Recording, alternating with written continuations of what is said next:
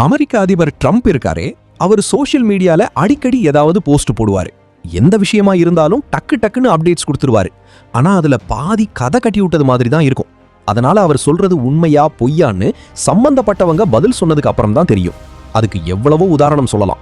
அதுல ஒண்ணு, இந்தியா பாகிஸ்தான் சண்டைய நான் தான் நிறுத்தினேன்னு அவர் சொன்னதை இந்தியா இன்னைக்கும் ஒத்துக்கல. இப்ப என்னன்னா, சீனா பத்தி ஒரு போஸ்ட் போட்டிருக்காரு. அது உண்மையான்னு சீனா பதில் சொன்னதுக்கு அப்புறம் தான் தெரியும். இப்போதைக்கு அந்த போஸ்ட்டை பத்தி பார்ப்போம். ஈரானோட அமெரிக்காவுக்கும் இஸ்ரேலுக்கும் நடந்த சண்டையில சீனாவோட பங்கு இருந்ததுன்னு ஏற்கனவே பல கதைகள் வந்துச்சு.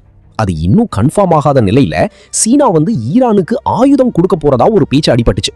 அதுக்கு பதில் கொடுக்கிற மாதிரி தன்னோட ட்ரூத் சோஷியல் பக்கத்துல ட்ரம்ப் ஒரு போஸ்ட் போட்டிருக்காரு. அதுல அவர் என்ன சொல்லியிருக்காருன்னா, ஹார்முஸ் ஜலசந்தியை நிரந்தரமா நான் திறக்க போறத சீனா ரொம்ப சந்தோஷப்படுது. நான் அவங்களுக்காகவும் இந்த உலகத்துக்காகவும் தான் இதை பண்றேன். இந்த மாதிரி ஒரு சூழ்நிலை இனிமே வரக்கூடாது. ஈரானுக்கு ஆயுதம் அனுப்ப மாட்டோம்னு சீனா ஒத்துக்கிட்டாங்க. கொஞ்ச நாள்ல நான் அங்க போகும்போது சீனா அதிபர் ஷி எனக்கு ஒரு பெரிய ஹக் கொடுப்பாரு. நாங்க 2 பேரும் ரொம்ப புத்திசாலித்தனமா ரொம்ப சூப்பரா சேர்ந்து வேலை செய்யறோம். இது சண்டை போடுறதை விட பெட்டரா இல்ல. ஆனா தேவைப்பட்டா சண்டை போடுறதுல எங்களை அடிச்சுக்க ஆளே கிடையாது. வேற யாரையுமே விட நாங்க தான் பெஸ்ட் அப்படின்னு மனசுல வச்சுக்குங்க ட்ரம்ப் சொல்லியிருக்காரு. ஹார்முஸ் ஜலசந்தியை எப்படியாவது திறந்துடணும்னு ட்ரம்ப் ரொம்ப ட்ரை பண்ணாரு. அதுக்காக ஈரானுக்கு நிறைய மிரட்டல்லாம் விடுத்தாரு. ஆனா அவங்க கண்டுக்கவே இல்லை.